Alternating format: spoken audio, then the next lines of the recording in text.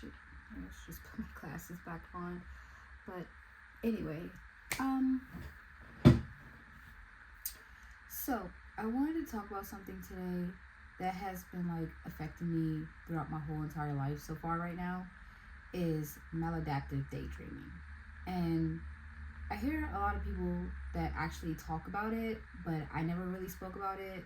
But it is almost like a common thing amongst people nowadays where they come out and they say that they have a bunch of these fake scenarios that play out in their heads and things like that.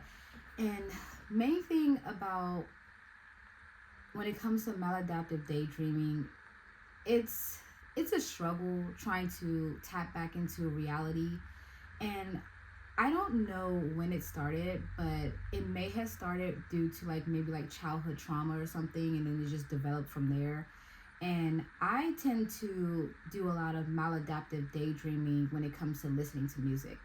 And maladaptive daydreaming, it really does, it really can ruin your life if you're not careful, if you don't know how to tap back into reality. And I say this because I have had many experiences of my life being affected by all the fake scenarios that I have had playing in my head. And that also includes coming up with fake scenarios of how I choose to interact with people, or how I imagine them. And it has kind of ruined some parts of my experiences, mainly because of the fact of, like, for example, when I'm getting to know someone new, I start to create this whole idea of them, even though that's not necessarily them. And I have had issues of even falling for men like right away because of me creating this fake idea of this person. Because I'm thinking, like, because when I finally meet someone, it could be, and just like I said, I'm always going to say relationships and friendships, because it has been going both ways for me. Like, when I meet a potential person that I think could be a really good friend to me, I'm just like, oh, they're so great, they're so this, they're so that. And I have now put them on the pedestal. I have now given them such a high title. And when I say it has really affected my life, is that I always question where I probably would have been if I would have never been so into like daydreaming a lot and imagining where my life could have been. I do feel like right now, where my life is right now, I'm starting to actually apply myself to real life. Um, I do feel like I have been quite addicted to listening to music and maladaptive daydreaming. I feel like music and maladaptive daydreaming really goes hand in hand. And because music helps you tap into like another world. And that's a bit of a struggle for someone who maladaptive daydreams all day. And I remember when I was young and when I was starting to have that issue, I knew that I wasn't like normal in a way. I knew something was going on, and I knew something wasn't right. I didn't feel normal at all. And I remember my parents were like kind of concerned about me, like my well-being and how taking things or handling real life and things like that, because they always said that I was absent-minded because I didn't seem like I was aware of my surroundings, because I was always in my own little world, which was in my head.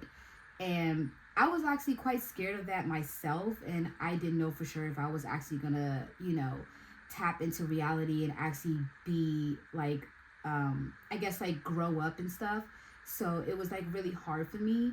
And but I think I'm managing it well as I've become an adult. I've been managing it well. I don't think I do a lot of maladaptive daydreaming as much, and I think it's mostly because of I actually started having the feeling and the sensations of I really want to tap out into the real world. And I guess like me having to go to work, and like when I first started getting into the work field, I feel like a lot of those things has helped me take my mind away from like daydreaming, because I end up having to be an adult and do adult things.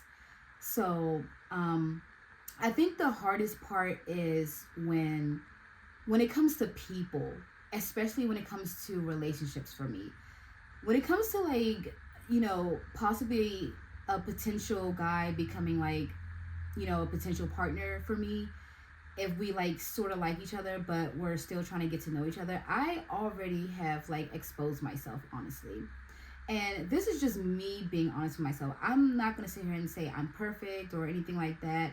I try to do things the right way. I feel like right now I try to do things the right way because I feel like because of me daydreaming, like I create a lot of these fake scenarios in my head. I always try to imagine what it would be like with that person, or what conversations we might have and things like that. Or it's like a whole story that plays in my mind about how I want this to play out and how I want to feel and things like that. And when I say that these experiences has really ruined my life and ruined my dating life, is because I always imagined it to go this way, and then when it doesn't go that way, either my feelings are done for the person because they're not living up to the idea that I had of them in my head, or it's just the person never really felt that way for me or about me. It was just all in my head, and now I'm disappointed at the end of the day because I thought that this was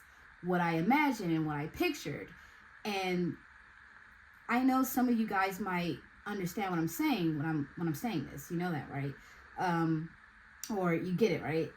It's just it has been affecting my dating life and my relationships, my friendships, and actually just my life in general.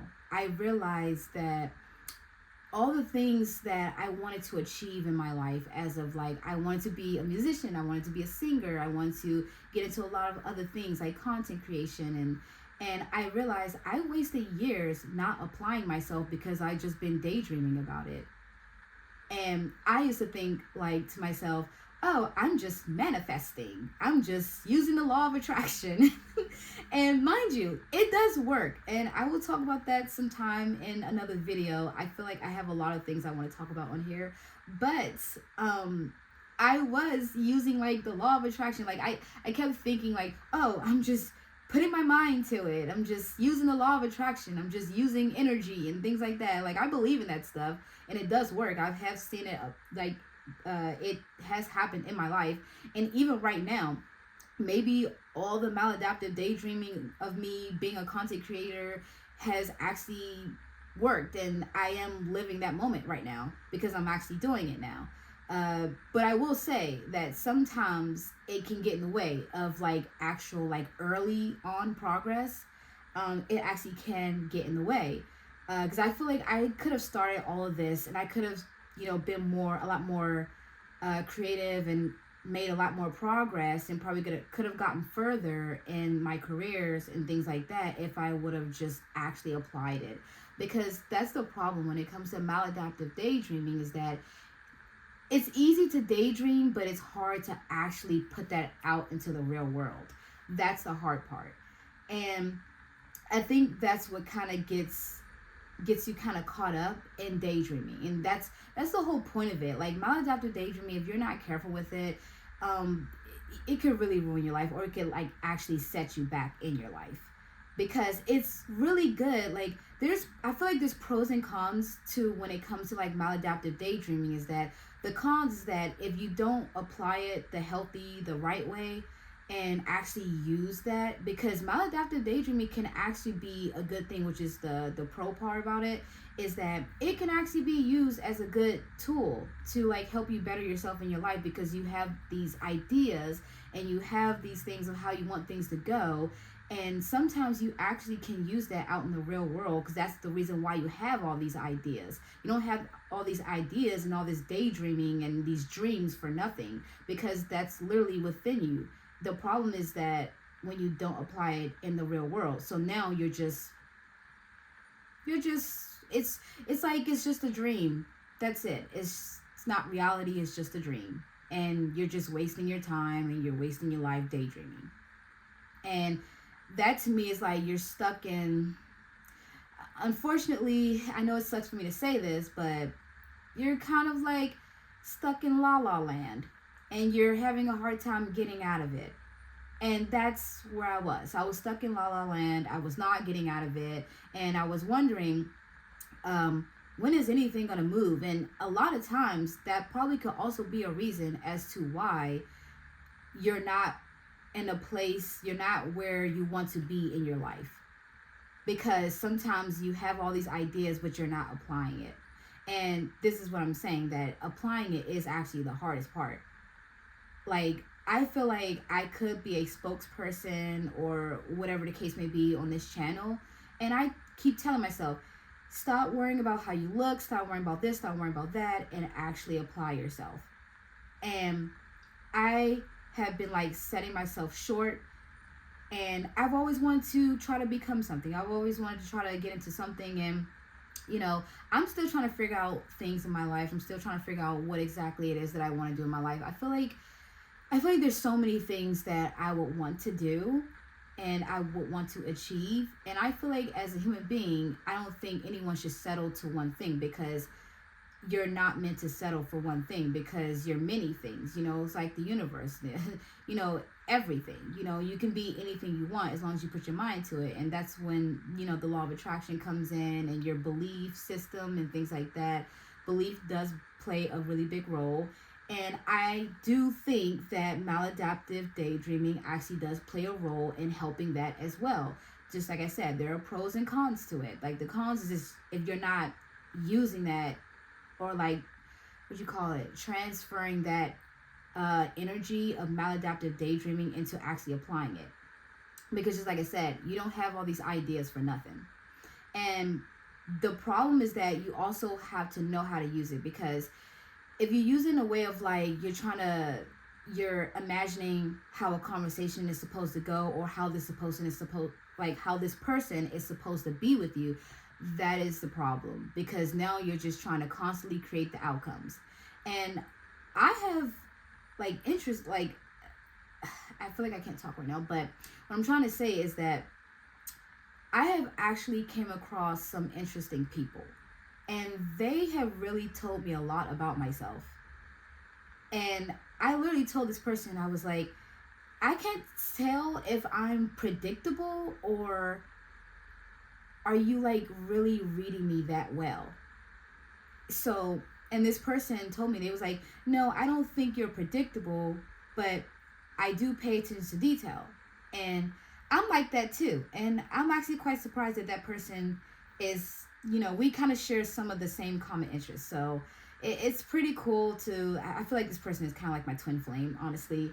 But the thing is, what I'm trying to say is that I had this conversation with them, and I told them that, I'm sorry if I, came out this way or that way, because I told them that I tend to have these fake scenarios in my head, and I tend to try to play out how our conversation is supposed to go, or how you're supposed to be with me, and how we're supposed to interact with each other.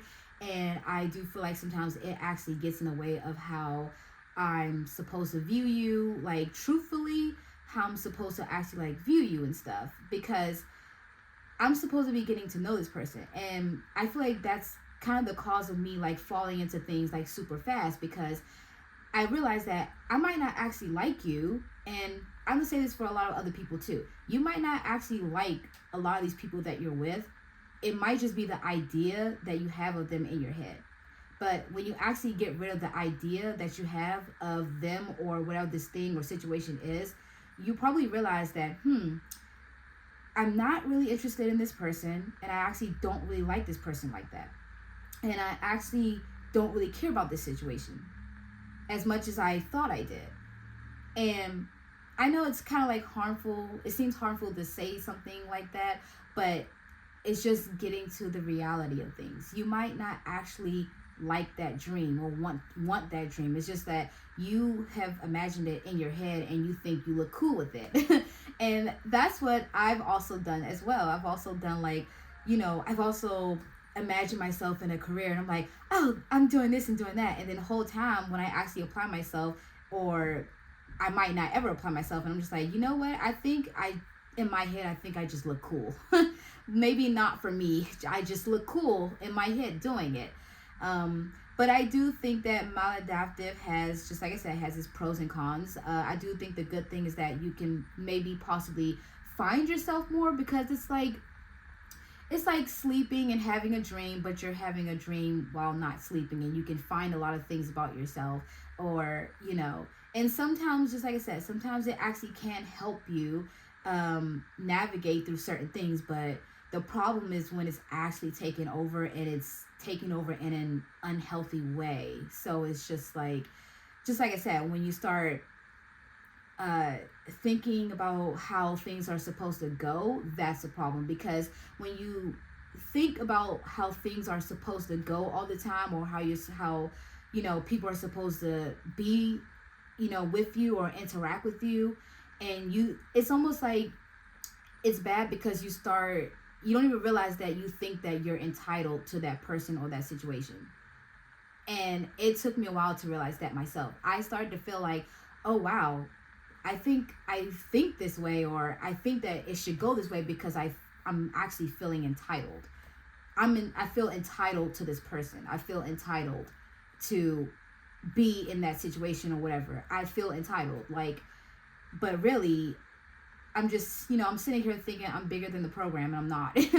I'm sitting here thinking that me, maladaptive, daydreaming about this person liking me so much, I end up setting myself short, because whole time they're not thinking of me on that type of level, like a high level. That's just me thinking of them on a high level, and I put myself down here while they're up here, because I have now given them that title of, you are now here, even though I'm feeling here.